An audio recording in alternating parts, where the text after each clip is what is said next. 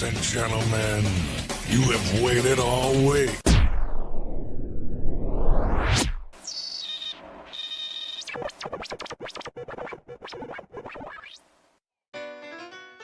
Yeah, Boogie Page. Throwing it down for Things BMX is ready. I know I am. Just hack the ATB Airways.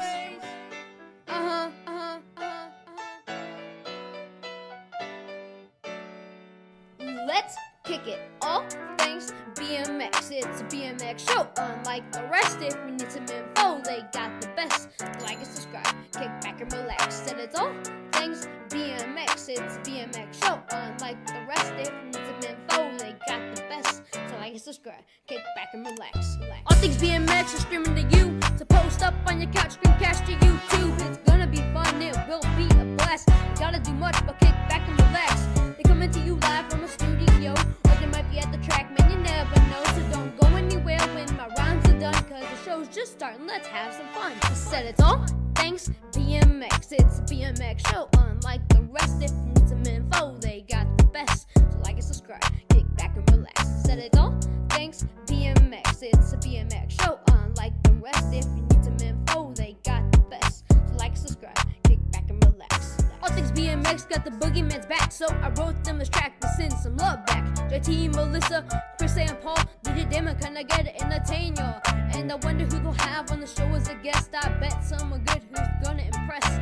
Guess I will just have to wait and see. Let's get the show going and start the party. Said it's all thanks BMX, it's a BMX show. Unlike the rest, if you need some info, they got the best. Like and subscribe, kick back and relax. Said it's all thanks BMX, it's a BMX show. Unlike the rest, if you need some info, they got the best. So like and subscribe, kick back and relax.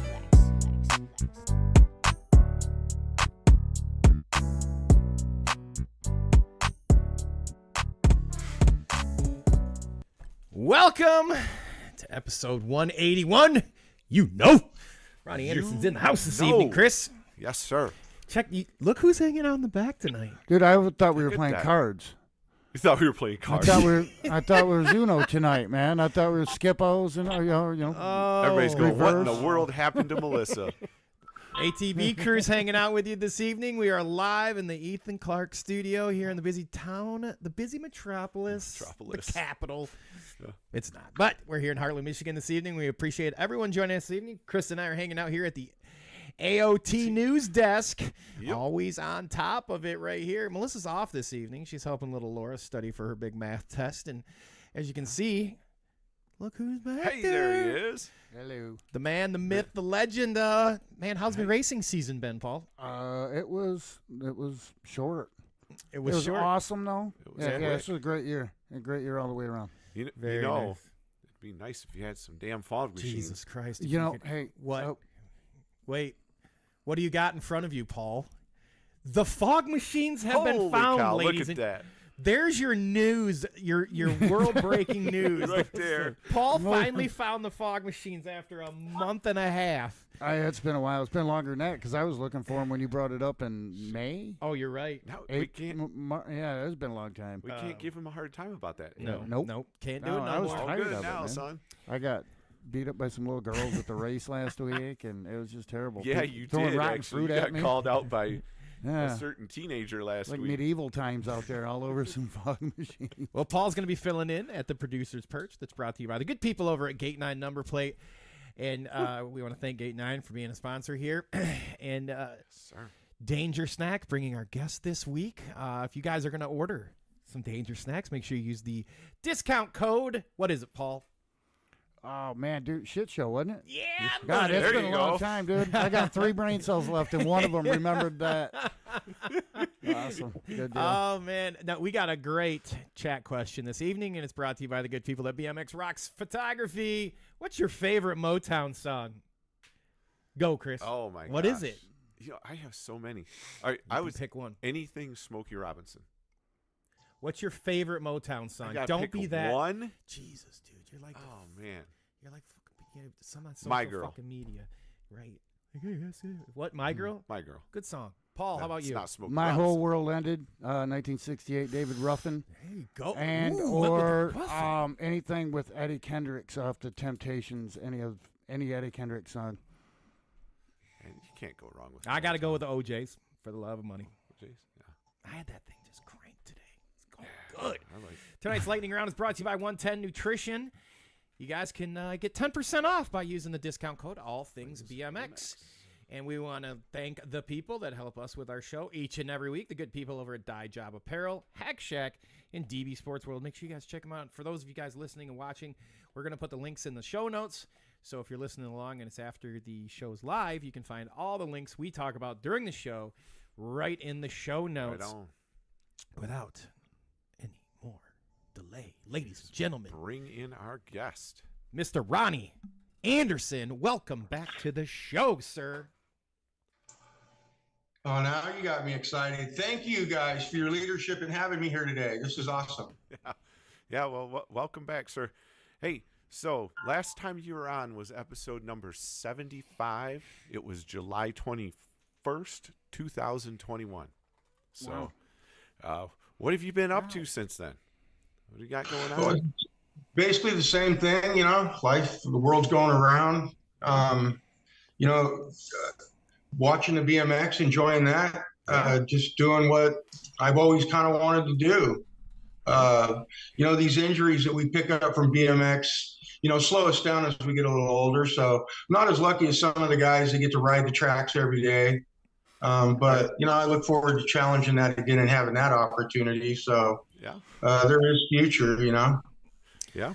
So, what about these old school events that have been going on? You hit up Frogtown or Dirty Fest?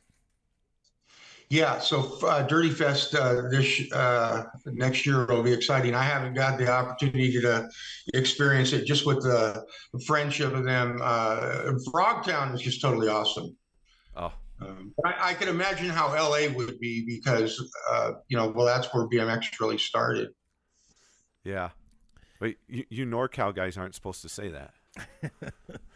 Yeah, we got our elbows up, but at the end of the day, we got a starting gate and a finish line, point A, point B, and Right. we all give it the same effort. We're all in, and No, it's fun. it's about the kids, right? Right.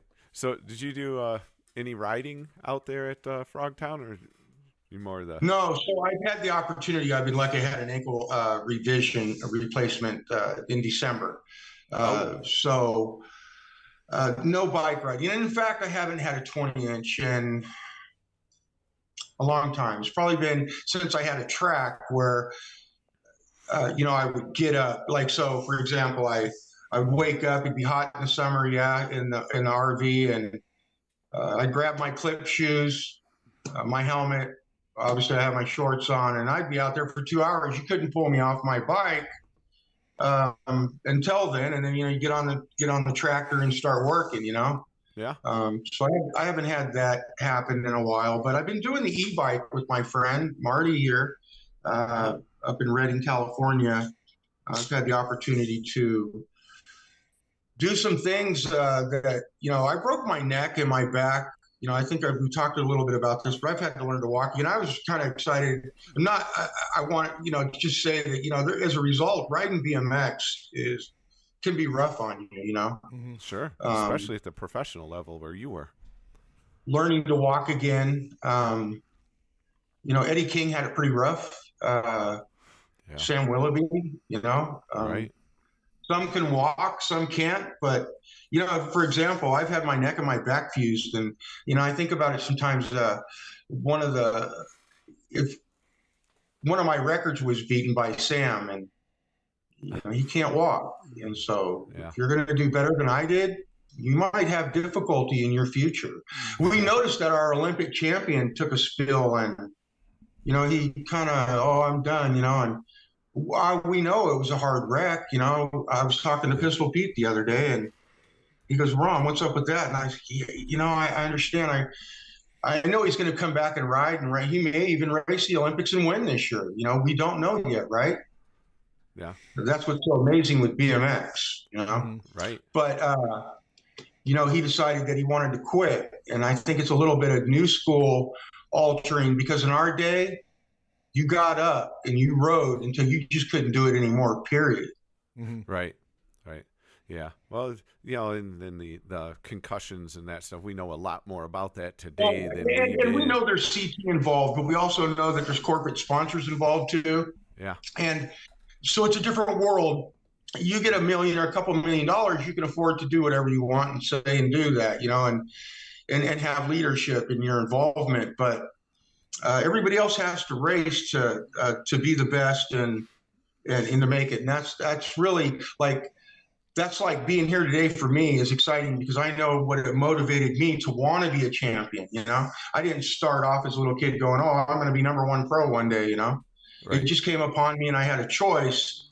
I think that the sport really needs a kick in the ass. I think everybody needs to get together and figure it out, because if we want our riders to be able to take care of their health and look for their future, and enjoy their elder years without having to have knee replacements, ankle replacements, back and neck fused, navicular bone breaks, nose, there's a lot of dangers out there on those two wheels, especially at the top.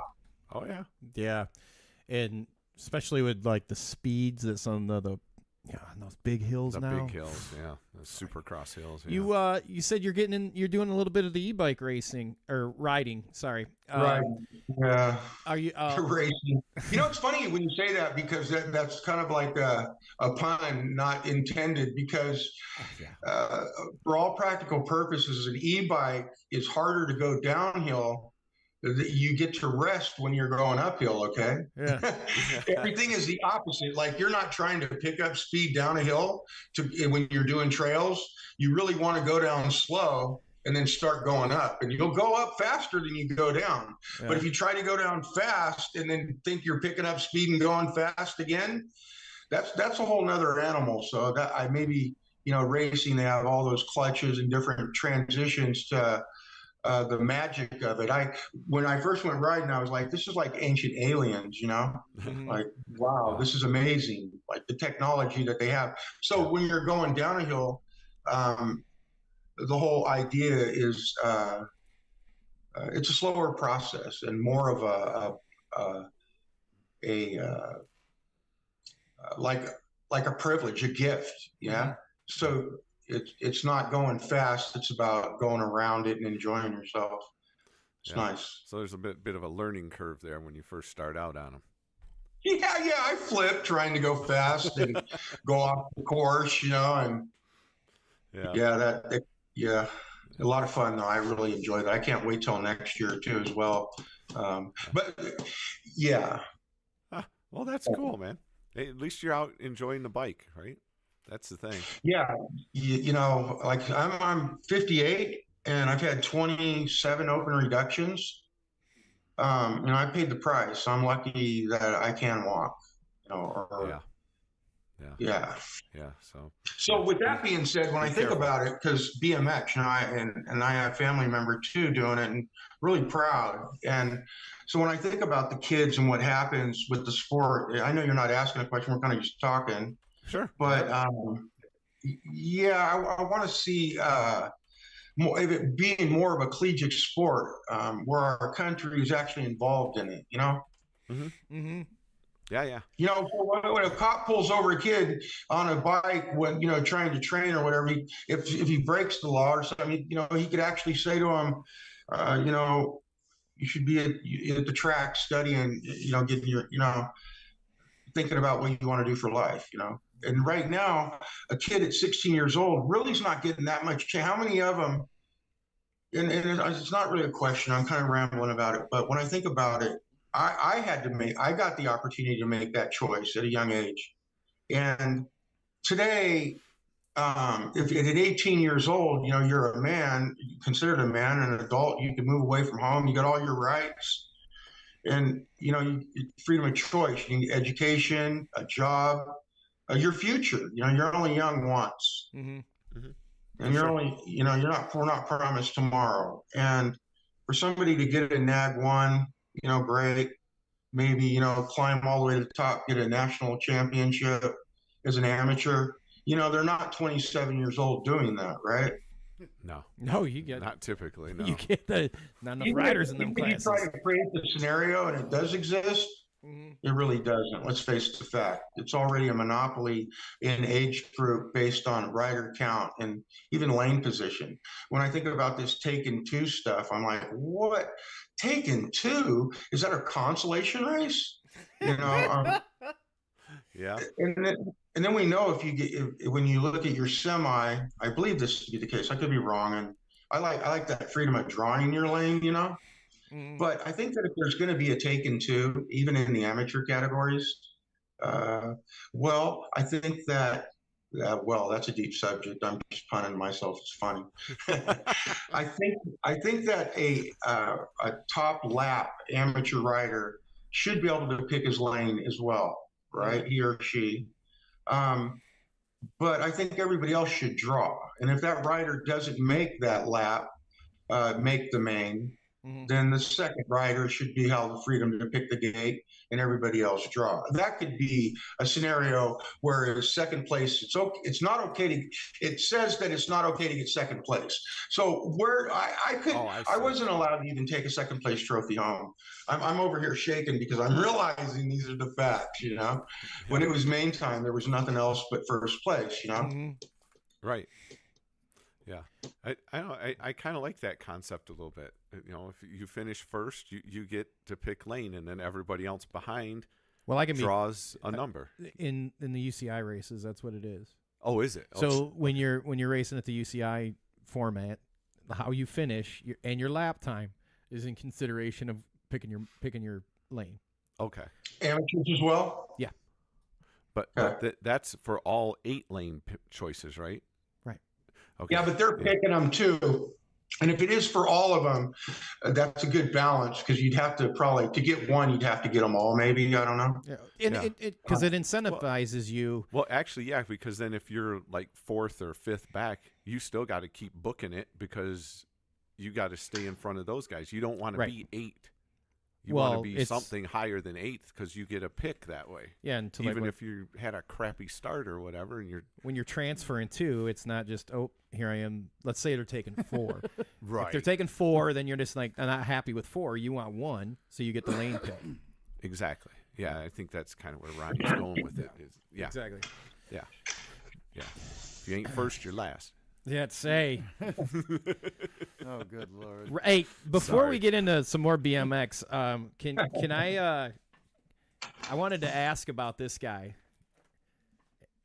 We had mentioned it the last show, but we didn't have one here. So the Rad Wrap, it's got the singles on it, full tilt, and the gate. I wanted to load it up, but man, we get whacked on YouTube so much for like anything. So I didn't want to get on music. I didn't want anything getting No, blocked. there's no cuss words in that rap music, you know. Well, not even that. It's just because like whatever music. we play, dude. They hit us with copyrights. Oh, on really? It. Oh yeah. Even the kid that did the intro, he did the whole intro for us, and YouTube dings us every week saying there's a copyright on it. It's like, what is and the... he wrote and I don't know. recorded the whole thing himself. It comes up under like in certain countries, like anyway. They own like CG. Okay, it has to be registered, right? Like I didn't do that, and I should because, you know, and I will. You know, before it was about buying. You'd have to buy a lot of CDs to get it out there, really. You know, Sure. In 2000, even though the computers were there. Yeah. So okay. So that's my first question is: this was what year did this come out? Yeah, 2000, I believe. It should say it 202, maybe, because I did a couple of them. We did the gate and then full tilt. Yeah. What was how did this come about from an idea? Like, oh man. Tell us where'd this idea come from? So one day after in 85, Richie and I, one day we had the chance, we were talking, and this was, I think, December in 85. Things weren't really going too good, you know, like it was weird in our lives. And I don't know. So I said to him, I go, Rich, you know, should we start a company? He goes, nah, I don't know. We just didn't do it. He didn't want to do it either. But, and neither did I. You know, you didn't have educations like that. And it was just weird at the time for us, you know. So my point being is that later that it struck me because I was always doing rap songs. I wasn't really good at it, but I'd be like, trying to do some Beastie Boy BMX stuff, right? All I'd be right. throwing in my lane 8 at you, my high low, freewheeling over the jump. You've heard the song. And then, so it was always an image of thought, of course, you have your superstars. Mine was probably like Run DMC and every rock band before me, Well, we grew up in the 70s and that music is just the best, right? It's always whenever you grew So up, that's the rap best. wasn't a thing. Rap was just coming out. So nobody really wanted that rap thing. Nobody really wanted to hear it, but it would lift you up. I could ride to some good Run DMC all day. And that's how I was whipping everybody's butt. I was psyched up on my music, my rap. And then after race to race, I'd be like, I need my own song, Hey. So it was basically about the music, though, touching that. It was about an image of yourself being the best you could be, and leaving that opportunity. So we would do what do they call instrumental? So the kid could be that guy, you know what I mean, and have because think about it, when you do music, if you don't have the music, how you write the song first, really, right, and then you pick your music and you do it accordingly. At least that's how they do it. It taught me. So I was just a writer, but I will sing and perform that music because it's in my heart. That's where it come from. And so I like putting it down. I'm all the way up sometimes, and everybody wants me to balance right here. Yeah. Hey, but I got a new one, and I call it Olympic Dreams. And it's I Can't Give Up, I Never Do, like the greatest of all time, Stomp and Stew, or Sam Willoughby's Red Lines Dynasty. If it wasn't for Scott Bryhoff, BMX wouldn't be. That's pretty cool, dude. Yeah. That's nice. You got some beats for it? No, Not yet. And, you could I'm a little acapella on this right now, but funny as it may be, rad rap. How about that? And if Ronnie says so, that's the answer. Okay. Anybody want to argue with me? We can talk about wins in a row, the most wins in a single season, the biggest win in the history of the sport. My value of my win in 1985 is $142,000 today. Okay. There's been 4 Olympic male champions. They get what, 25,000 apiece? I have no idea. So it would take another 2 Olympics to beat what I did in one season. What happened to our sport, guys? Well, it's not good. the 80s anymore. It's not the 80s. That's just not the 80s anymore. It's not. So if we had 10,000 people putting in $20 a month, maybe a $100 membership to vote, have a suffrage right, and we could predict where these events go down. So that would be $200,000 a month. So if you had a race every 3 months, that would be, and I think people would endorse this, in our from our history and for the future for the kids, give it back. So if our venue, whatever, somebody would say, well, this race doesn't generate that much money. That's fine. We don't want that. Nobody needs that money anyway. It's not enough to change our lives, right? But if we would collectively elect this kind of future, we as adults have to foresee this and follow through with it, So we do have to choose leaders. And right now we have Todd Huffman, and we have the group over in LA and also in Texas, because without the Andersons' commitment to allowing people to invent their things and reinvent and be together, the kids really don't have an event, right? Okay. Yeah. The old guys don't have an event. Right. So and the reason why I would give precedence on that is because we're thankful, but we don't need to be told what to do or say, this is how we're going to run our moto system. We can, to make a revelation, there's a beginning and an end, right? So to go back to we as old school people see it differently. We understand, even Brian, it's funny, I was talking to Brian Patterson. Brian was like, he was mentioning the Taken Two concept and that it was okay. But when I would comment back, when did you ever get on the gate thinking it was okay that this second place will work? Maybe in the last main event when you're going to win a brand new car, going wide and letting that guy go underneath you, because if he takes you out, you won't be driving home. That I understand, okay? But any other time, and I don't think you get on that gate thinking it's okay to get second place. Because in fact, I remember one time I was getting on the gate for 50 G's, and Pistol Pete and I had a little run in, and I'm back at my pits. My dad, my brother, and Brian was there. And I think I talked about this before, but I know I have on other podcasts. But I said to Richie, I go, can you find out what lane I got? And I want to find out what I need to do to win this thing. And Brian said, don't worry about it. Don't worry about what lane you got. And the only thing you need to do is think about or get up there and win. You know, same thing I was taught, you know, by my father, and I'm sure Vance too, you know, so. Right. And that's the leadership, the mindset that we always had. And I lived that to that day. And every day was in training was about that Mongoose Grand National, you know. And I know the kids have the Olympics today, but they're adult men and women, you know. And congratulations, tell him what he's won. I know I've said it before and I'll say it again.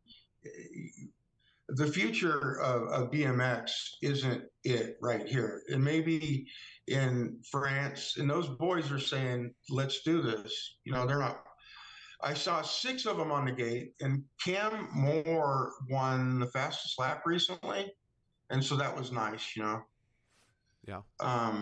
But the competition and the level and what our future is going to be in 8 years of this sport, it needs a kick in the ass anyway, both financially and if the innovation needs to make that, you know, that complete, you know, beginning to end and reset. It needs a reset.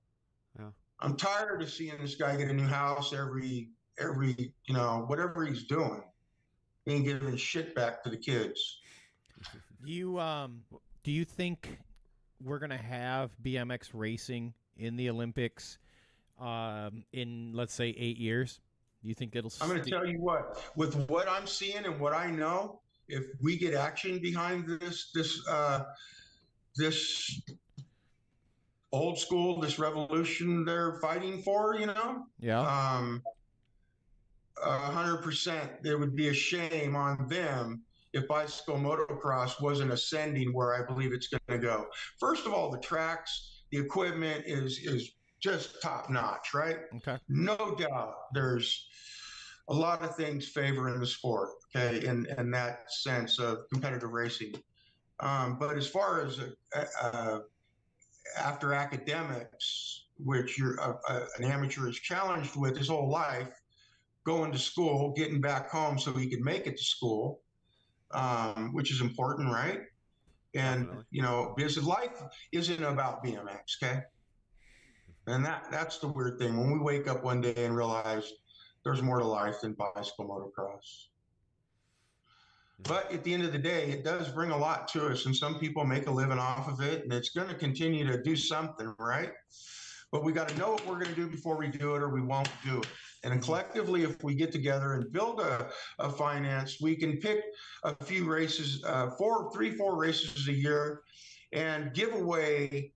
So if you had one, $200,000 a month, you know, people would give freely that $20, right? And then we go to the race and we give away maybe a Corvette to all 3 pros, right, over the weekend, or if whatever groups you have. And then the amateurs should get scholarship. Well, they get money as well. And they should be able to buy computers and TVs right now, you know? Mm-hmm.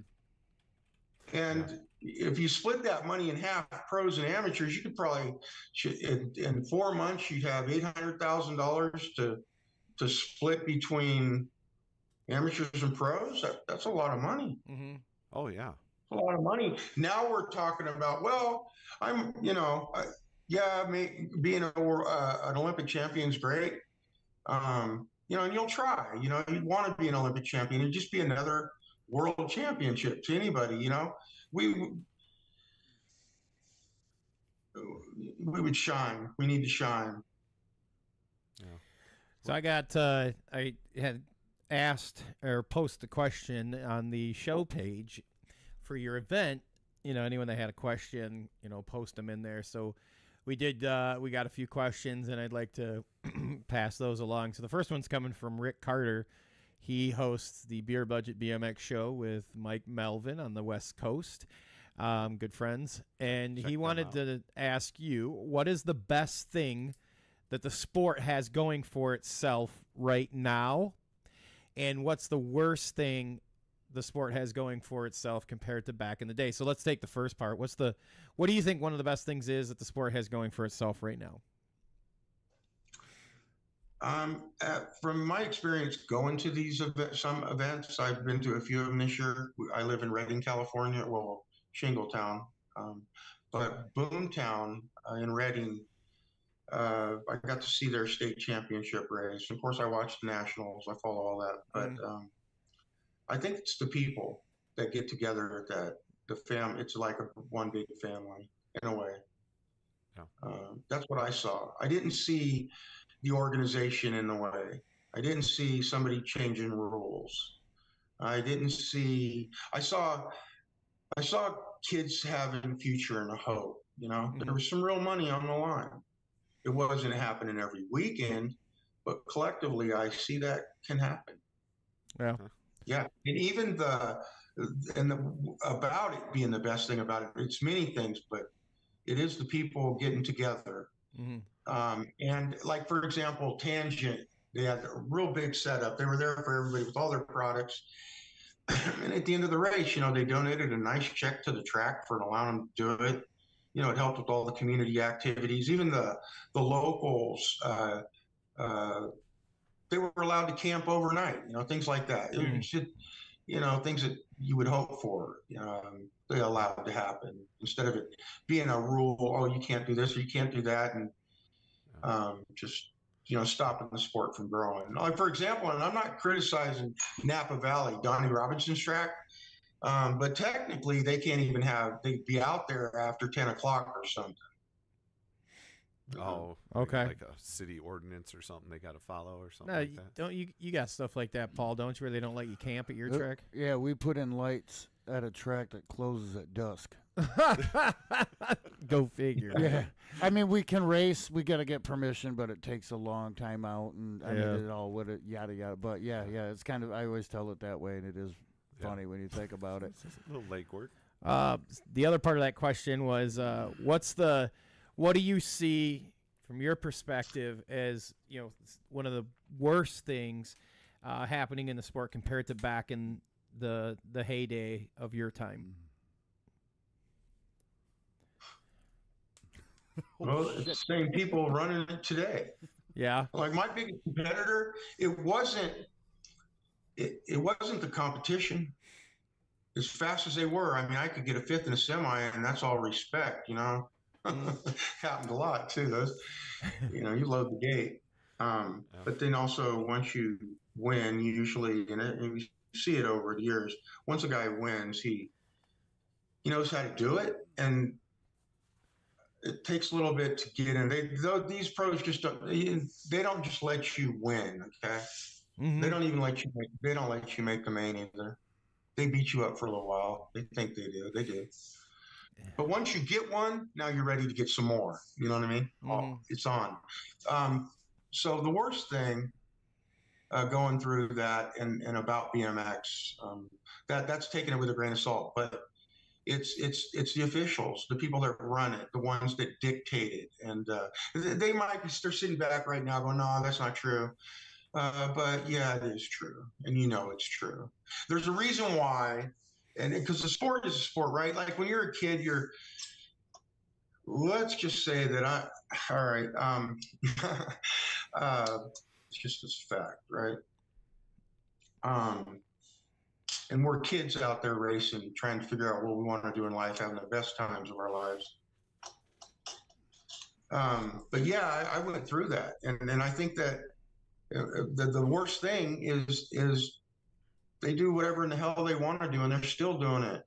Okay, and people might say, "Oh, that's not true." No, it is. Why won't GoPro there? Aren't they still giving away GoPros every year? Why isn't Razor giving up? Why isn't you'd say, why isn't anybody giving up anything? What do you get for national championship number one? Do you know? A cup. Okay, and you spent maybe $50,000 to get that. Whew, I bet it's more than that. Yeah, it's probably more than that. Hey, gotta be mind you, more. the organization. Yeah, well, I would think so. Just guessing. I know to practice, if you're a professional, it's about 50 grand a year to practice, especially if you have to travel. Yeah. And you're not going to, and if you don't win, what does second place give you? Not too much.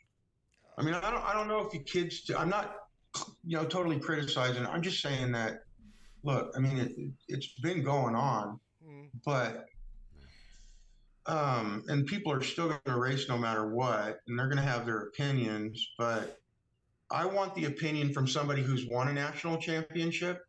I want the opinion and the rules to be set by somebody who is a great rider and went through it and done it, okay, and fix what's broken. What do you think is broken? That's a tough question, and I want to give you a proper response and quickly about that too. So, Okay. The world's changing, right? So you can't say really nothing's broken. Mm-hmm. I mean, you can't on a political side either. Because we adapt, right? We're lucky we have BMX, all these things, So what's wrong with that? But what's broken, let's just say pick two things. I'm making up an excuse and saying nothing's broken, okay? But politically, in politics, in bicycle motocross, when you look at the end of the day, something's broken. Nick Long is doing a great thing, right? You see what he's doing out there for the kids? Oh yeah, all the time. We've had him on. Yeah, the duffel bag challenge. That is so. Yeah, he's So are you saying one of the things that should change is the politics in the sport? Well, yeah, but the thing about it is that okay, so I'm humbled with that question. So with all my experiences that I see, if things are going to be the way they are, are slingshots legal today? Slingshot? No. A slingshot start? Well, Are it's hard to pull. It's hard to pull off. Well, yeah, they're still legal. No, but I'm saying on this show right now, are slingshots legal? I mean, I don't know how the rules are written now. Yeah, they're legal. I would guess so. If you can do them, you can do them. Yeah, it'd be tricky because of the. I mean, the hell, man, you got to be random gate fast deal, to do it, but yeah. Okay, so you guys, what year do you guys start racing? You guys are old school a little bit. Chris is, Paul. 80, I started. I raced 81 to 89 and then came back in 08 till now. Yeah, I was 81 myself. Yeah. I started late 90s, 2000s. Okay, so real BMX, when you get down to our founders and our leaders, we started off one pedal start. Everybody was. Oh, yeah. We had rubber bands, horns, gates. And then, two pedal starts came up, and the advancement of, it grew fast. And at some point, they had to make rules about that start, with the technology that we were using. And if slingshots were legal, it's kind of like a joke. That's why I was punting around with it. Everybody would have a fit, okay? If slingshots were legal, they would be mad. They would cry. They'd already lost before they did it. Everyone who's going to watch this show, everyone that lines up and gives an autograph, their ass got handed to them if slingshots were legal. They knew it. No. And they know it's true. And we'll take a pause here because the chat room's filling up, Ronnie, and I want to make sure we get in there because there's a lot of people with a few questions, and a lot of people want to say hi. So I want to make sure that we get over there and run through those. Run through that real quick. And BMX Rocks Photography chat check-in. Absolutely appreciate them.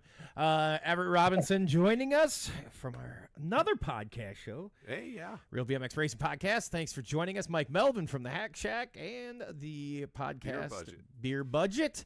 Marty Bolster is just saying NorCal Pull. Brian Fell joining us from Mega Design Group. He says, spit it out, man. Let's get with it. Let's talk about it.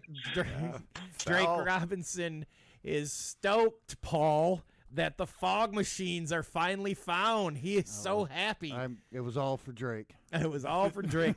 Billy Weeks says, you know. And we've got Martin Kennard joining us from Florida. Nick Dasani wanted me to pass along that he says hello from Skyway Nick. And then we got our friends from Australia joining us. Matthew Boshin says, hi, guys, it's Thursday. And that always fucks me up, man. Thank you for joining us. I know he's, I think he's normally on lunch break. Nelson Chanley says, hi, Ron. Rick Carter. What's up, Nelson? Rick Carter's giving you a couple peace signs saying, Uncle Ronnie, welcome to the show. And Halana, thanks for joining. Hey. All right. Appreciate it. Welcome to the show. It's pretty cool. Pretty cool. It is. Daughter's watching. Yeah. Probably like, what are they talking about? She's like, what in the world are these people? God, they even do it on a week? Right. Is that just a weekend? Do they ever stop? Bro, it was cool to meet your daughter last weekend at the race. That was sweet. It was. It was fun to be in staging and hear busting Paul's chops about the fog machine. Man, that was so funny when that happened. Melissa and I were standing next to each other, chit-chatting, and getting ready to watch your race, and she fired that off, and I wonder where she gets that from. Right from the old man. Josh Blair's joining. He says, what's up, fam? We appreciate you joining us. Len Novak, how's it going? Las Vegas man himself, Len Novak. Gate 9, Melissa Mock is looking especially lovely tonight. What's going on? I think that's a compliment, Paul. I get it. Ha ha. Are you doing something different with your hair? Al Roybal, he wants to know. Roybal. He says, Ronnie, were you faster than Richie?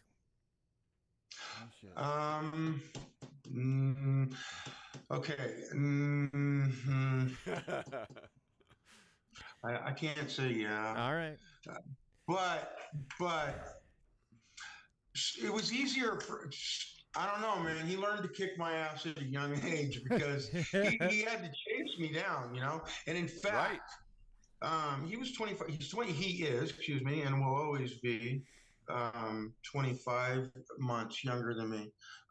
But in training, so we would do the quarter-mile tracks before we would go to the race practice at the track. And so our times, we would have average times. And Richie's average time was faster than mine. We started at 12 years old. And then I think we didn't stop until 15 or 16. Well, it was an everyday thing, you know. Mm-hmm. Okay. Yeah. And, so we kind of had an advantage knowing that. And but by the time he turned pro, he was pretty fast. Like, you know, I put him in the category with Pistol for sure. Yeah. I mean, I think Richie was faster than everybody else out there for about 2 years before he had his injury. He could out bunny hop me. He gave me the hardest race I ever had, you know. Mm-hmm. That I put effort. It was I think it was Scottsdale, but it was Pro Spectacular, and we did this on Sunday, Pro Cruiser, the one with Rod Beckering in it. Okay. For the photo, I had a broken finger from a Pro Spectacular in Pico Rivera a couple weeks prior to it, and on that Sunday Pro Cruiser race, I mean, I raced him all the time as a pro, but I'm just saying this particular event, he hung on the hardest with me equally. That one that I'll always remember. There's many of them. I remember with each one of the riders out there how we went through it in our battles.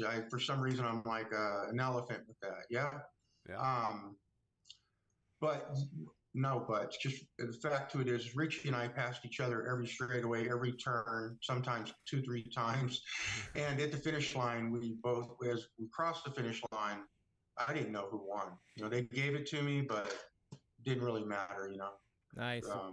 The follow-up to That- that was that must have been fun, though. their follow-up in there from Al is he said that he heard you would make him call you the landlord and have him pay you rent because you happen to have you owned him at one time. Okay, so this is funny. Like, I was watching a show the other day, and Cosmola was on it, right? And he said something about it. It's funny. I got a few jokes about it, but I want to stick to the point. So, if somebody said I said that, I probably did. You know, and it's funny because I can't remember everything I said. For sure. Well, we got a few more. I'll get through them real quick for you. It said Nelson Chandy said he'd like to see you race again.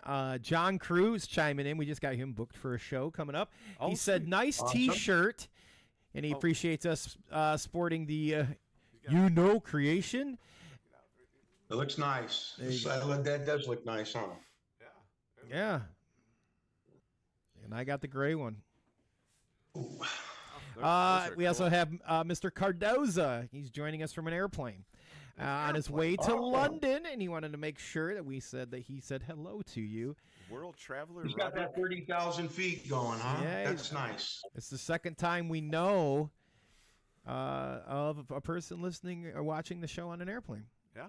Yeah, there was a girl that used to race. She's Gina Moore. She's a pilot.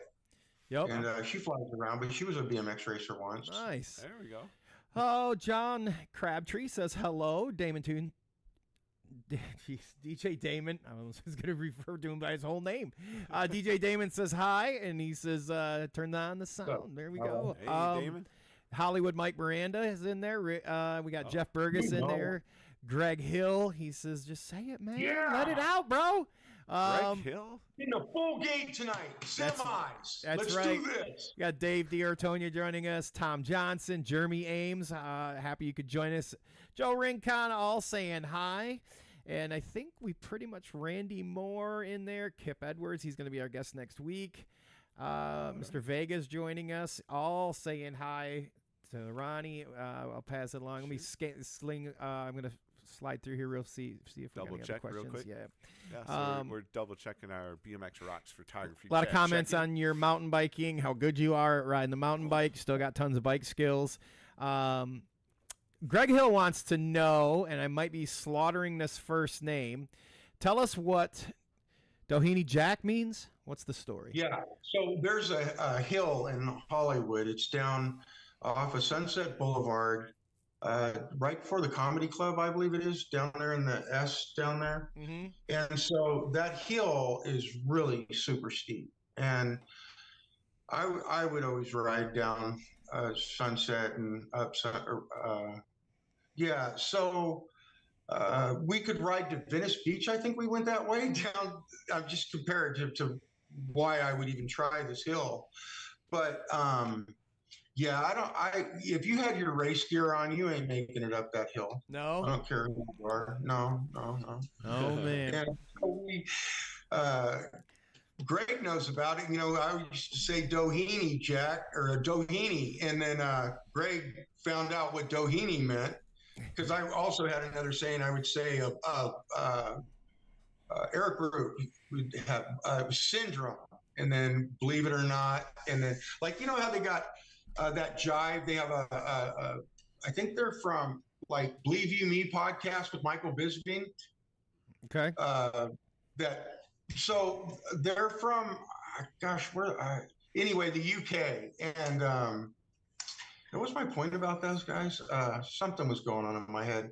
But at the end of the day, Greg had found out about it, and he came up with the Jack part of it. So it always stuck with us, and we said it for many years, you know, Doheny Jack, you know. Nice. It's just funny because, yeah. I do have So that was that one. do got another question for you. And I appreciate John Pringle chimed in. He said, back in the NBL days, you could not slingshot. It actually was in the rule book. Now today with the random gate, it's pretty hard to do. Thanks for clarifying that for us, because I honestly couldn't remember. I know back in the day when I was racing, when I got started, a little while after that, it took off. Billy Weeks has a question for you. Billy Weeks. In your era, who was the cleanest pro and who was the dirtiest pro? Yeah. Well, it depends on how you're going to say dirtiest, or whatever. But there were a lot of cheaters, and people would say that about me too. I've heard people say, "Oh, he was a cheater, this and that." No. So you want the cleanest, or say the question again?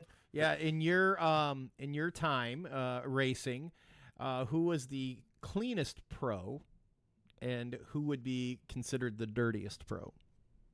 Cleanest and dirtiest, yeah.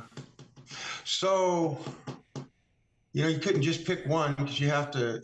It doesn't come out that way. So probably you have to go with Greg Hill, man, and just Brian Patterson, probably, I'd have to say. On which side? But they had some wicked sides, and then maybe even some Eric Root, because they were pretty. They raced you pretty clean back in the day. Yeah, they could take a beating though, Yeah. Greg and Brian a little more than Eric, but Yeah. they'd all fall apart at the hinges after like I said, are slingshots legal? We're kind of looking at each other, but yeah, they were good. They were the best. Eric, Brian, and Greg, for sure. And then the dirtiest of them. Well, after Greg, Eric, and Brian, because they were the dirtiest to be the cleanest, Okay. So when you get to dirty, it's like outright cheating, or what would you say dirty? Would dirty be cutting the track? Would dirty be stealing somebody's bicycle? Damn. Would dirty be I would be like overly aggressive and like hindering people. I guess that's what I would consider like going dirty. into the first turning, you got to really worry about that particular guy, because they're going brother kind of to put stuff. the crunch on you. Yeah. Collectively speaking, if I was to just name one, obviously, I've been treated rough by an individual. Yeah. That I kind of, really did alter some stuff, and I think of the good parts and the bad parts about it, but outright cheater that couldn't handle it, the guy, Frank Pose. What? Okay. Would be the biggest bitch out there. Right, literally No, at danger. the same time he said his name, Yeah. his name came up in the chat. Really? Yeah. He got called out by right. Yeah, he got like right at the very Oh, same somebody time. else Somebody said else said him that- as the dirtiest that rider. fellow? Okay. Yep. Yeah. Hey. That's it's Okay. crazy timing. All right, but we deep dived, and we also, but so at the end of the day, yeah, it's hard to say, but I could also say Clayton John and Bernie Anderson. How do you feel about that, guys? Well, aren't they? Well, they're not racers, but yeah. Oh, they're not. You never raced a bike, right? Well, I don't know Okay. that, actually. This is great. This is great. I like that. So we're going to dictate and manipulate everything, right? So we can't really tell the truth. Maybe everybody's got their head in the sandbox. But I got news for everybody. That's my litter box. Okay, get your head out. I'm going to give you a wand, and you can fix one thing in the sport. What's Ronnie Anderson fix with the magic wand that can fix one thing in the sport? What would you do? Okay. So, because I'm at the fence, it's difficult for me to be here and talk because I have goals, right? But I'm not going to take money over an ethic principle. What made me want to be a champion, maybe you wanted to even be identified by bicycle motocross in any way, Mm-hmm. So if I was to say to correct all that, I'm doing exactly what I'm doing here today.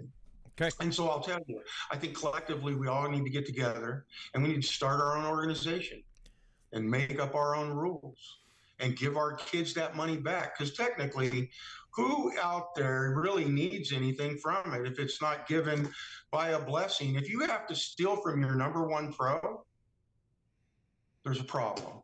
Like, I don't think I'll get the hot box with Mike Tyson if I don't kick my Don King in the nuts. Get my monies right. Let's give it back to the kids. How in the hell can I add up and say, in the world of BMX, an Olympic champion makes some money, okay? But that doesn't mean that we give the glory to where it all comes down to. Not everybody's going to be Olympic champion. All right. And not everybody's even going to try to be an Olympic champion after a certain period of time because they can't make enough money to have a living off of it. Mm-hmm. Okay. I mean, I think in our day it was worth fighting, but they had, an ethic principle. Like we knew you couldn't do drugs. We knew you couldn't drink or in race. You had to be a clean athlete. And that's just how it was, it's some sense of the word, but the words. And so it's the same today. That's not going to change. But at the end of the day, if you're not in any great sport, I'm in a Hall of Fame with Jeff Gordon and CC Sebastianini from Vallejo, California. And these guys are multi-millionaires. You know what I mean? Mm-hmm. They're icons. They're world heroes. I'm actually heroes today, All right. They were athletes, but they're trying, they're doing their thing. They represent. We've got four. So one guy won it twice, right? And two other guys won it. We've had four, right? Am I wrong? For what? You talking the Olympics? Olympic champs. Yeah. We've had 4 sets of Olympics, and we've had Stromberg's won twice, Fields won once, and who am I forgetting that won the last one was Kinnaman. Kinnan, yeah. So yeah, 4. Yeah, so you could bend the knee to these guys. These are like just really angels, living gods in a sense, real gladiators. And, we have respect for them. And that's what BMX gives us, I think, camaraderie with everybody, is that we find a little bit of respect. Yeah. And so even in the Hall of Fame, I've noticed that because we don't talk to each other a certain way, there's no bragging. Nobody needs to brag. No, everybody already knows the truth in the story. Yeah. Well, that's true. If you're in there, you've earned it, right? Yeah. So I think altogether, all of us want it to be more of like a collegiate sport and an option. I'm sure there's things, that hint to it, like little pieces here and there. Right.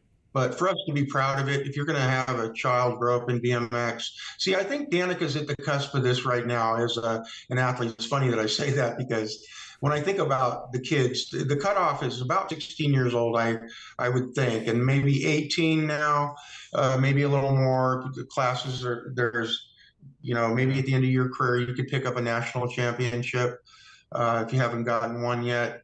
But at some point, as an amateur, if you go pro, they take away your cruiser. And your cruiser you rode your whole life just about, right?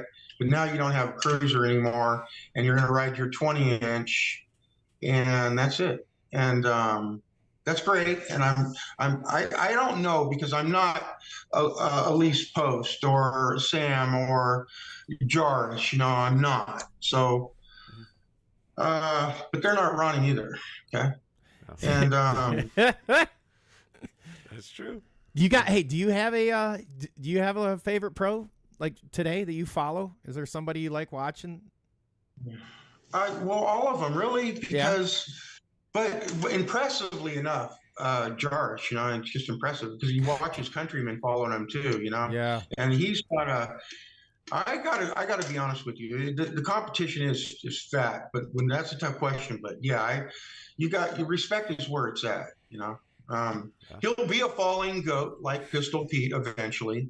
They go, nobody's ever won 5 and they'll never do it again. But it's probably not true and the ABA may not be the format that anybody's looking at in the next few years anymore.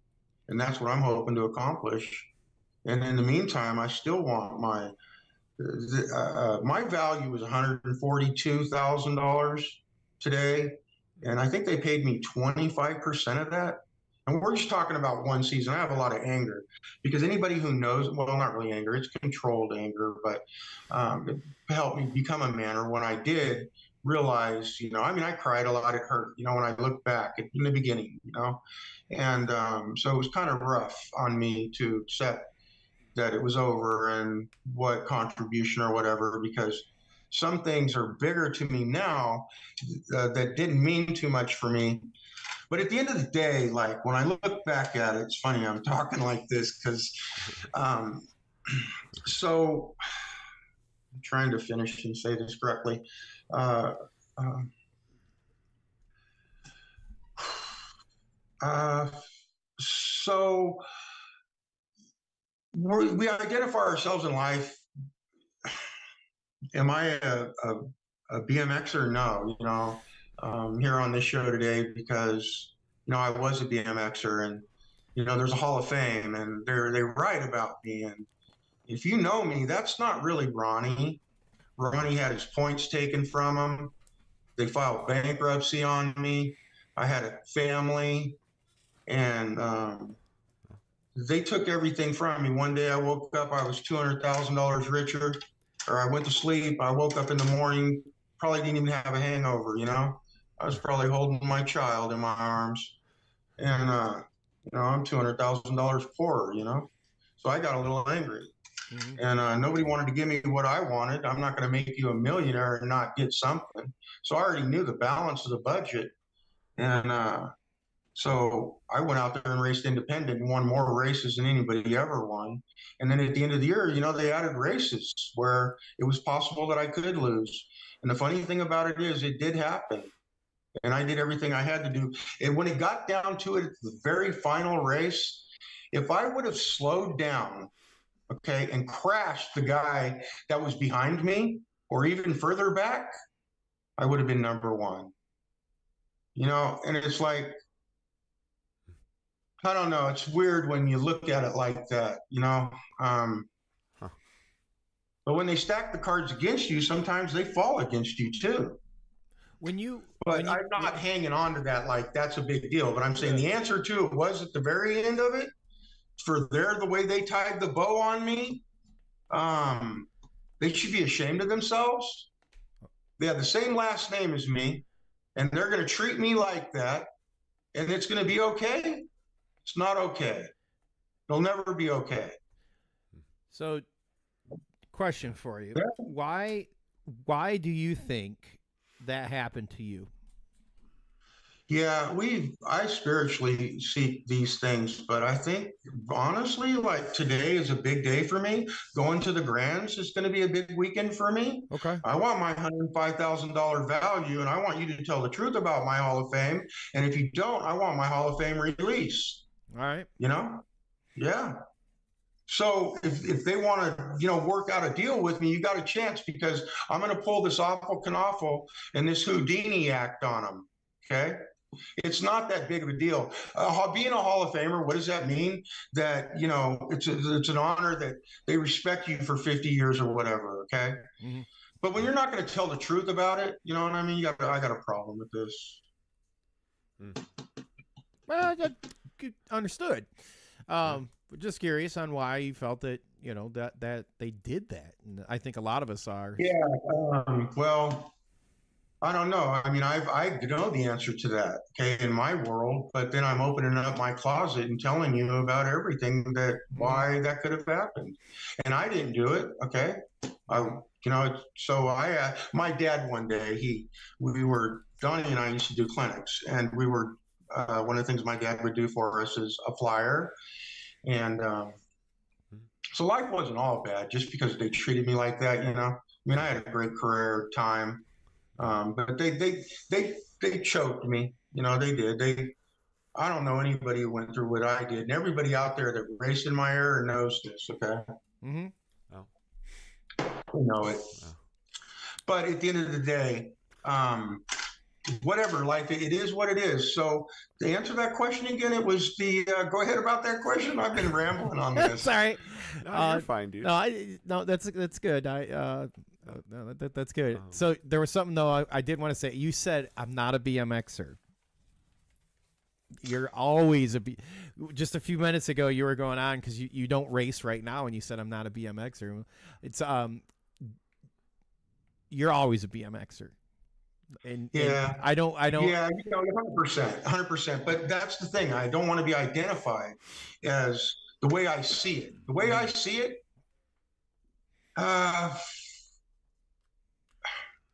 Well, I've kind of shared a lot of things. I think people can pick it up, and they'll take some parts of it and go, yeah, that he's got a point, or go against the grain. But if I had $1 million, which I'm looking forward to challenging that, am I gonna, want to be in BMX? When you get what you want, is it how do you say this? So we're not changing the wheel, but Nick Long is, okay, because he's actually doing the action and he's involved in it, right? He's a leader for us to look at. Okay, we need I said this before, but we need somebody that is locked in, okay, is all in, and that has a true purpose and an identity of character with privilege, like a CEO, yeah, that can go out and get this for the kids. Okay, we know what we need and want. That divided us to want to do what we did and to make the sport what it is. Maybe we didn't us in the 70s and 80s, I started a few years after BMX had started.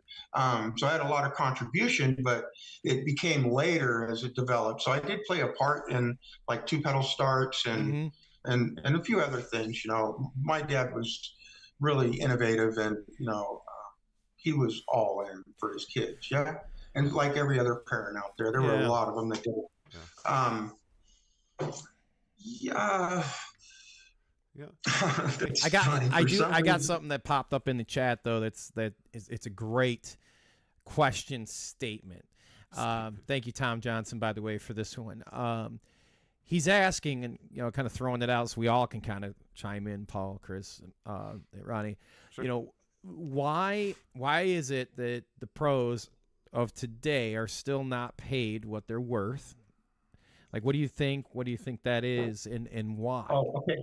Yeah. Well, let's climb that ladder, because I feel like we're right in there. We're getting some leverage. Yeah. Again, it's going to go back. Here's why. Okay. Okay. This is the way I see it. It's the same old excuse that they use, and we're talking about. And I just said this. So if we had somebody collectively, they do it. How many leaders do we have in BMX? We have a lot. So we look at our leader. There's a lot of things that make up a leader, right? One that can devote time to, like coaches, Donnie Robinson. Okay? Yeah. He locks in, works with the kids, and he's focused on that, and that's what his job is, right? Remember what he does, and gives it to the kids, whatever they can. A lot of them out there, pros, are doing that. You see it on, social media, but the levels of it. So we just need somebody who's not trying to take all the freaking money and give it back to the kids. We need to get all of us together, and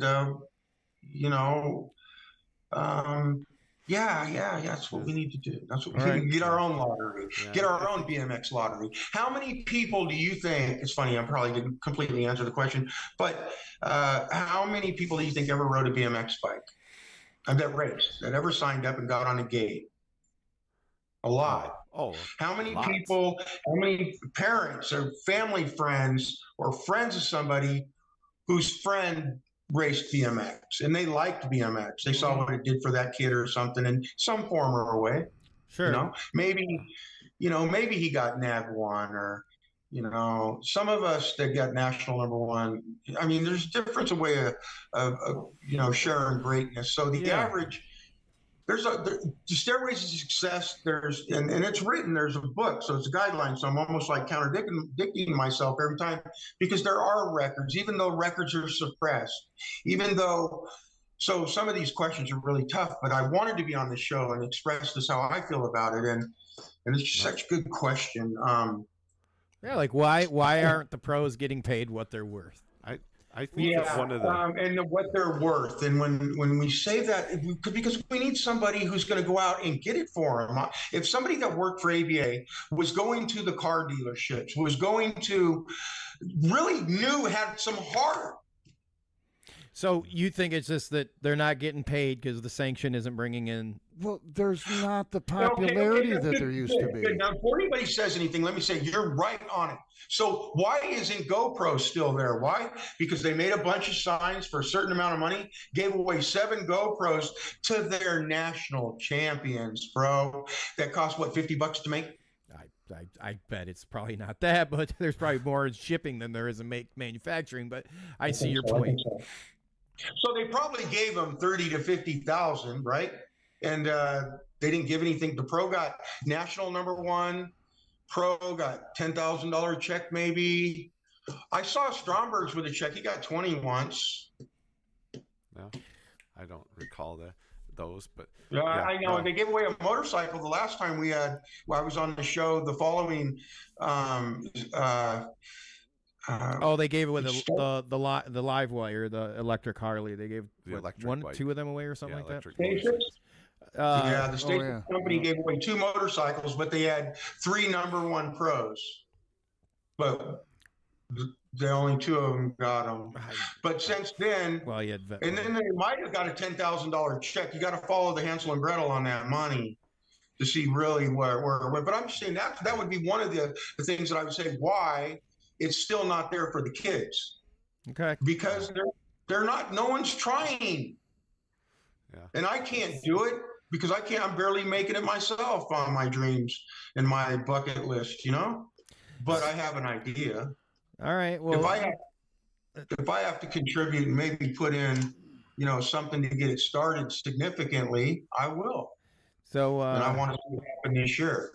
But I wouldn't expect everybody to, start off throwing in 25 grand, but there's a lot of philanthropists out there that probably could do so, and so just catching that wave, we could make BMX awesome, bro. We could rent a stadium, even build a gate that we're going to use for a couple of years that comes apart, maybe build a couple jumps, berm, wood berm, some kind of tunnel turn or something.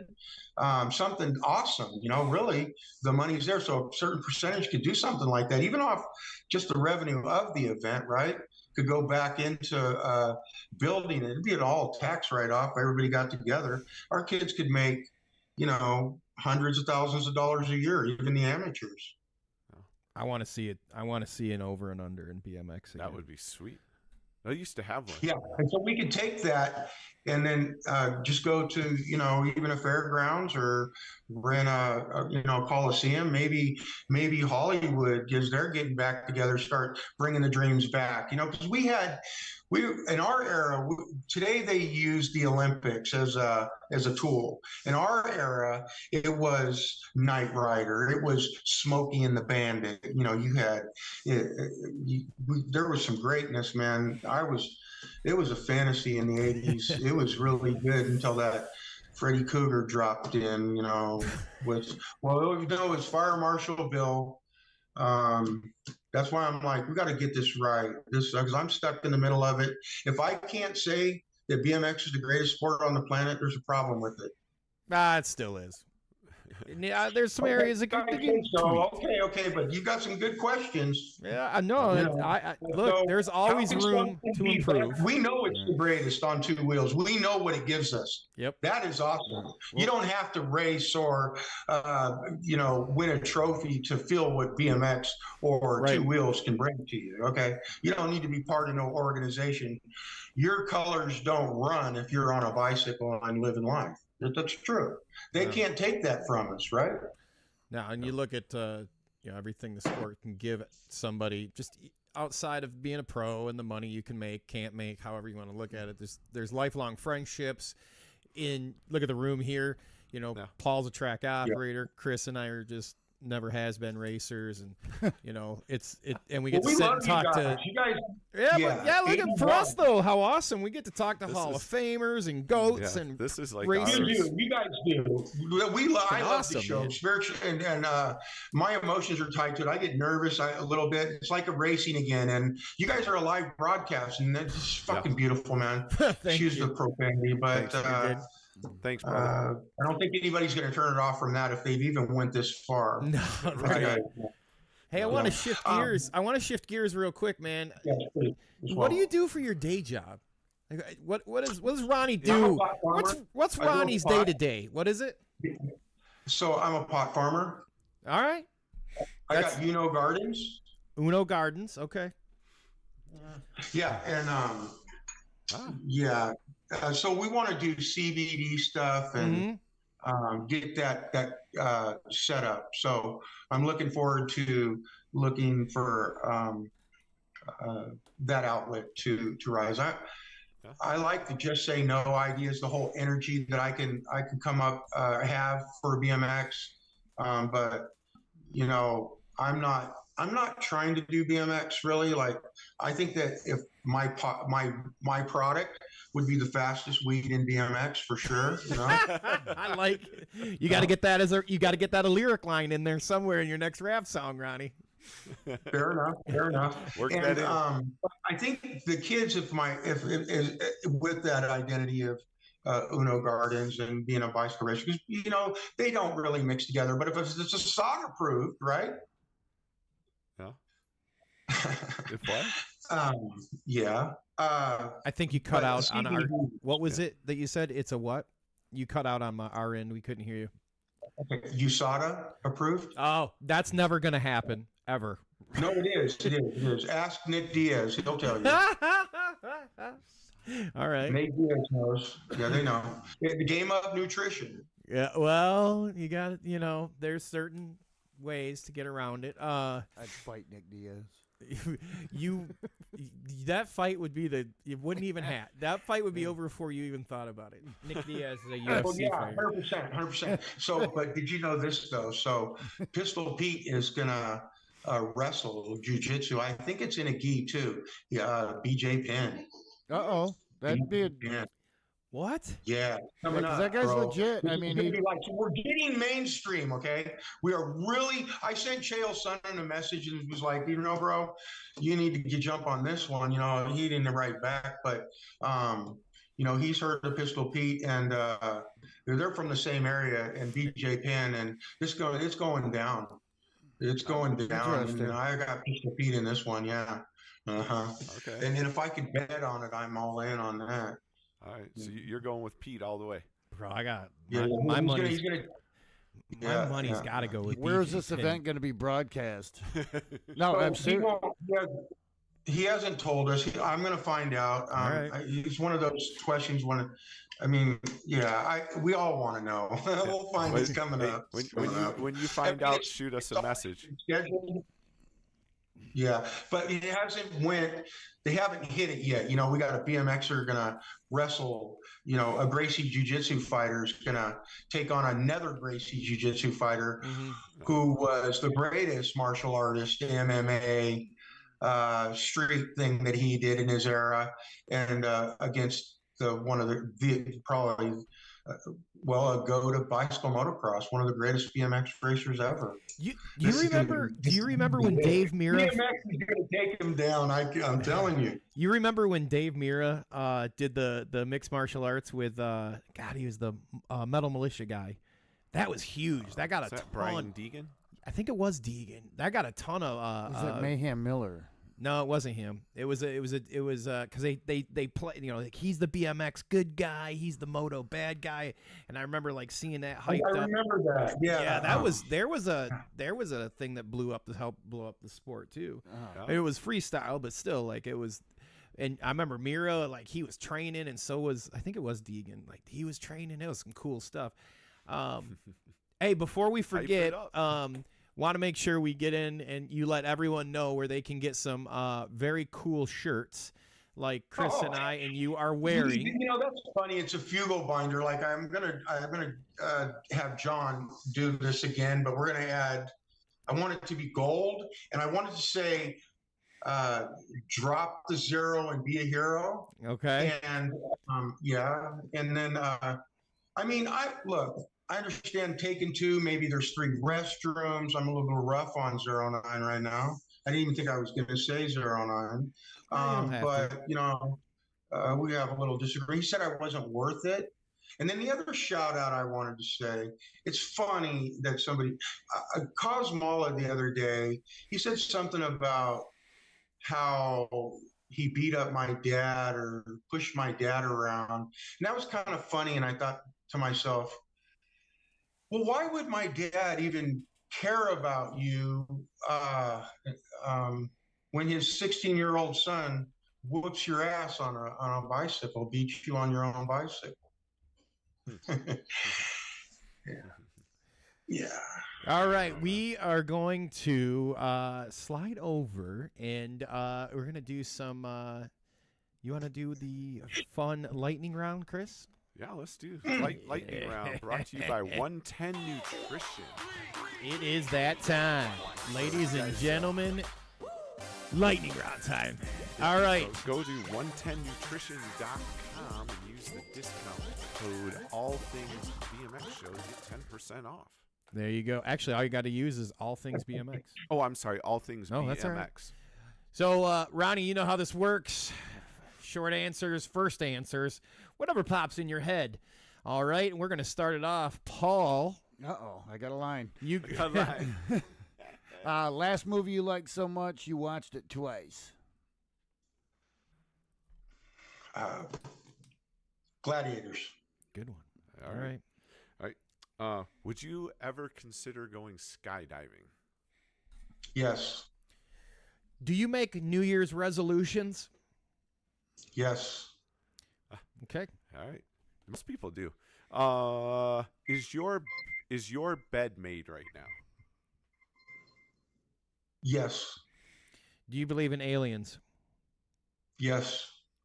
If you could transform into an animal, which one would it be? I think I was a bird if I was an animal, but that would be probably a fish or a bird. All right. What's the craziest dare that you ever agreed to do?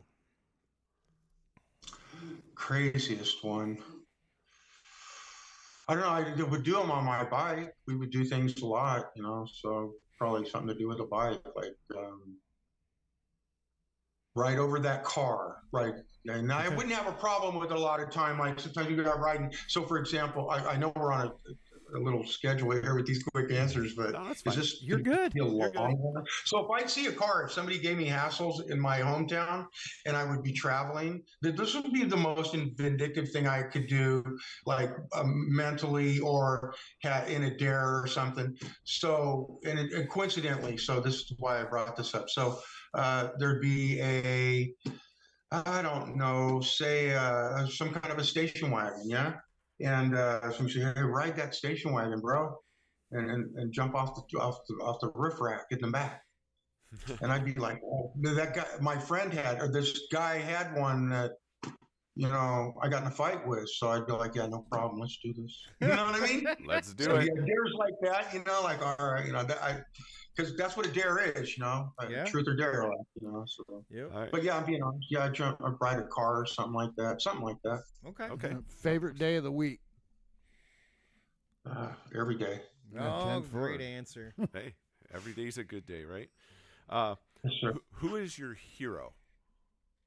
After Brent Patterson, living or not living? Say it one more time. Living or I don't think it matters. Oh, it doesn't matter. right now physically? Yeah, it doesn't matter. Yeah. Evil Knievel. Right on. Solid. I can't believe we haven't had Bob that. Knievel. Nobody And else. meeting him was so much fun. It was just like living a dream. Bob Knievel, he was a good man, really good man. Do you know they used to? Well, since to kind of being a little, so they called him the original Long Dick Daddy from Cincinnati. He had a condom factory. Oh, I think that was in the documentary that just came out about him. really? Is that true? Yeah, Yeah. maybe. Yeah, I I know didn't. that. I just knew it because the guy that introduced me to him told me about it, and so we kind of joked around, tried to. I mean, I knew that he had that condom factory. That was funny, It's just I thought I'd bring that up. Wow. So you actually Yeah, me and Bob, my friend Dugan Neal came out to the band one day, and I was still a little busy in the morning. Mm-hmm. And he had to break the news to me and said, she was with Bob last night. And I said, no, I was with her all night. He's like, no, the other night before. I was like, okay. So I was, hey, Bob, all right, what's up, bud? So, yeah. So you got to meet the man, huh? Evil Knievel. Yeah, he was cool. Yeah, he had residuals everywhere, spiritually, physically. I was supposed to go to watch uh, Robbie jump Caesar's Palace. So one day I was at the house, lived at, we called it a rock and roll. It was next to Tower Records. And we had a jacuzzi up top. It was nice. Got a billboard on Sunset Boulevard. I'm working at the 7-Eleven. And I get this phone call at my house. And my roommate, we were talking about Bob Knievel at that moment. And he says, "You got a phone call, Ron?" And I was like, "Yeah." So I grabbed this. He goes, "You're not going to believe it." And I'm talking to him, and he's like, "Hey, could you do me a favor, Ronnie?" And this is my, my idol, right? And I'm just like, "What the heck's going on here?" He said, "You do me a favor and tell Johnny that I got his $500 for that 38." And I said, "Sure, sure." And so he goes, "And don't forget tomorrow night, Robbie's got a pre-jump in Texas for Caesar's Palace." Because I was actually invited to go to that event. He had a bus coming into Hollywood. The store where he was doing all the promotion was right next door to the 7-Eleven. And I would get my lunch there a lot of times, friends with everybody around. So I got lucky to, the guy who owned it came over to the store one day I was working. It was packed too. And he goes, "Ronnie, there's somebody else." Because the night before I saw him, it said Evil One, and he was in his Mercedes. Mm-hmm. And he goes, I go, "What's going on with that?" I go, "What do you mean?" He goes, "Yeah, Bob's next door. They're negotiating Caesar's Palace now." And I was like, "Yeah." I go, "He's my idol."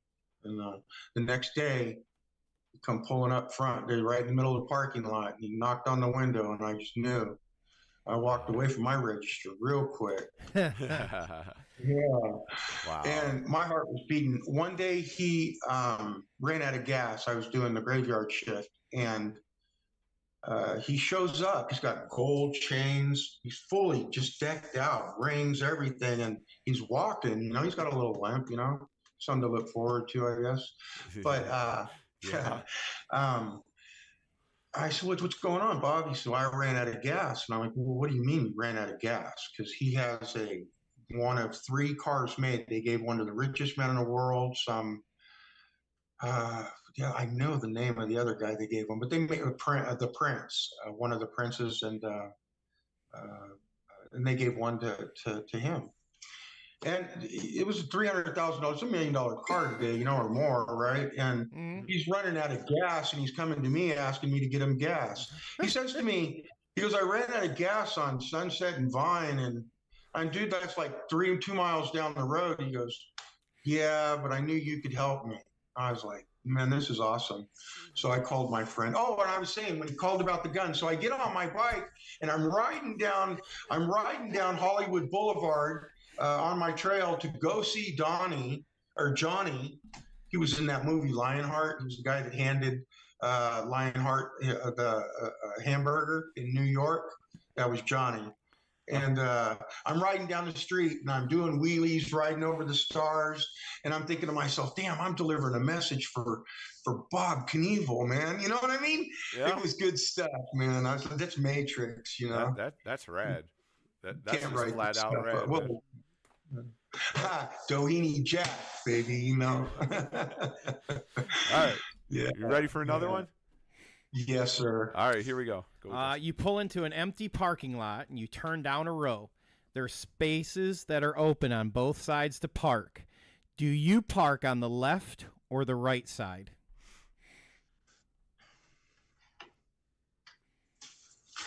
Decisions. Are slingshots legal? Yeah, I'm just gonna say right in the center of it because I'm in a Lambo right now, bro. Okay. That's fine. Works All for right. us, man. Next one. All right, what's your favorite holiday? Christmas. All right. All right. What's your favorite sport other than BMX? UFC. Okay. 10-4. If you were to write a book, what would it be about? Well, we're gonna do one here pretty soon. I just you have to get a what is it? Who does it? Publicist, right? Mm-hmm. And that Yeah, costs money. publishing company. So I'm gonna do one on BMX. Yeah. All right. Okay. All right. If you're choosing a frame to ride on, would it be aluminum, chromoly, or carbon fiber? Today, I think Richie wants to do carbon fiber, but us old school guys, we do our chromoly, and mine will be a Boss. Very nice. 26. All right. All right. You got just a few more. Would you rather travel to the past or travel into the future? The future for sure. This past stuff, we grow up and leave it behind us. We move forward, right? So the future for sure. Okay. And I want to be in this time. I want to see it happen now in the present. And so I want that present to become these times. Just because I have hopes and dreams, the things that I want to do, I put a beginning and an end to it. So, Okay. A quick question, but yeah, I look forward to this future. Not Alrighty. the past. All right, if you had to change your first name, what would it be? My future wife. Oh, first name? Yeah. If you had to change your first name, what would it be? I knew the answer to that too. Neil. Okay. Neil. Alrighty. Okay, go ahead, Chris. All right. What's your favorite type of music to listen to? I like rock and roll, and I'm 70s and 80s guy. All right. Can't go wrong. Your favorite type of cookie? San Francisco and New York. Cookies of San Francisco. Bill Smith. His brands. Okay.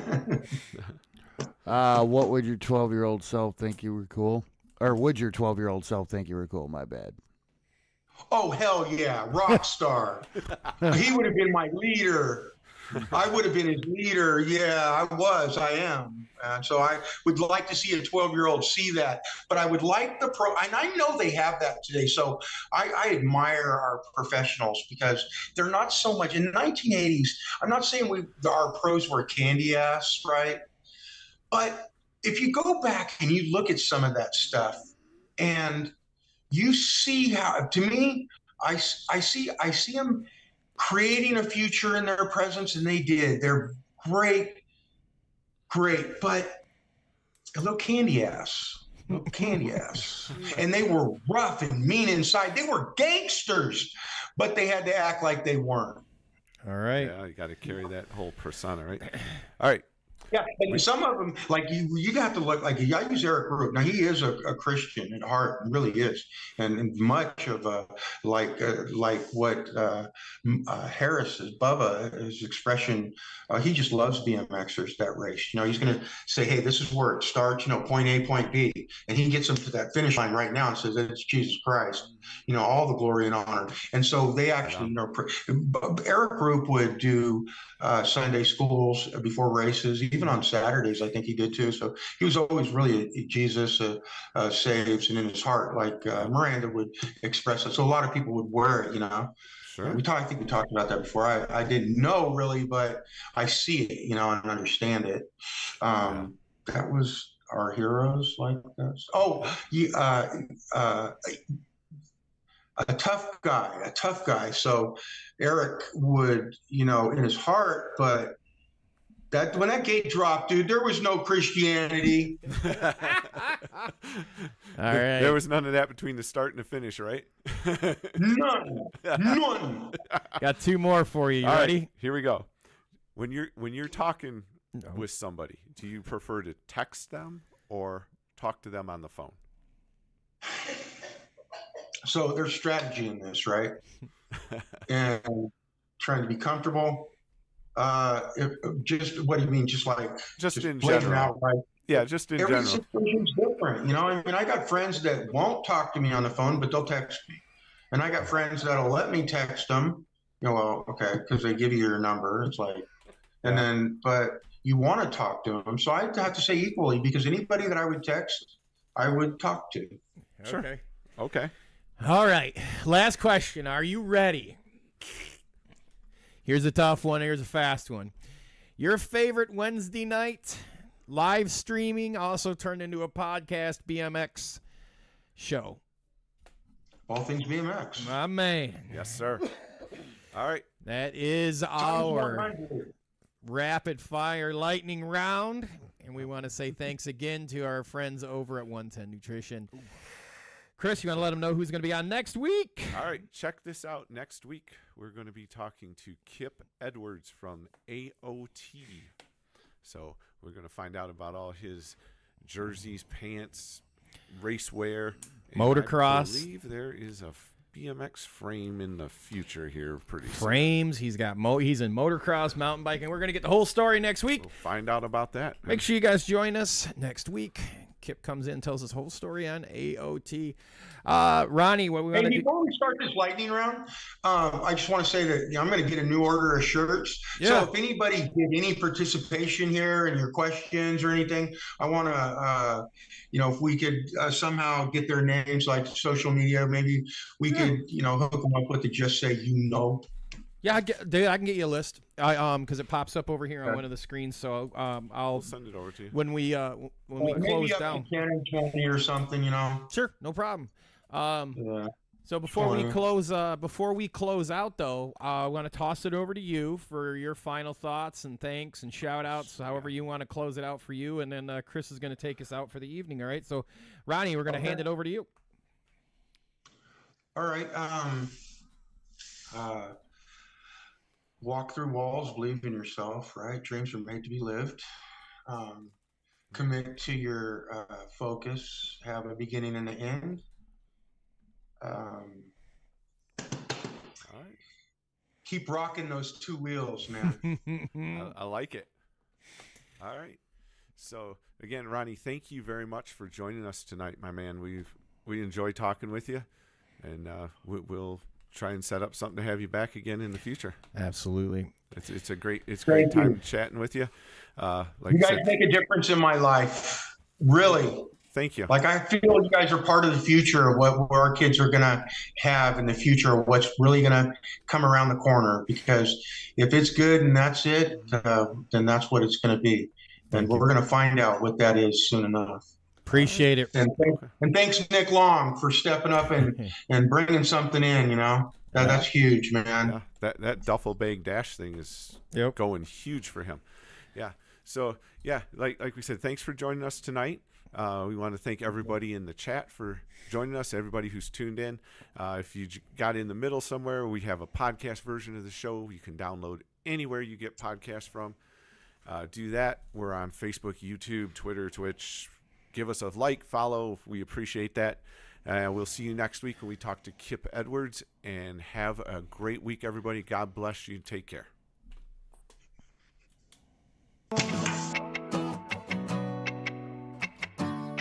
I got moto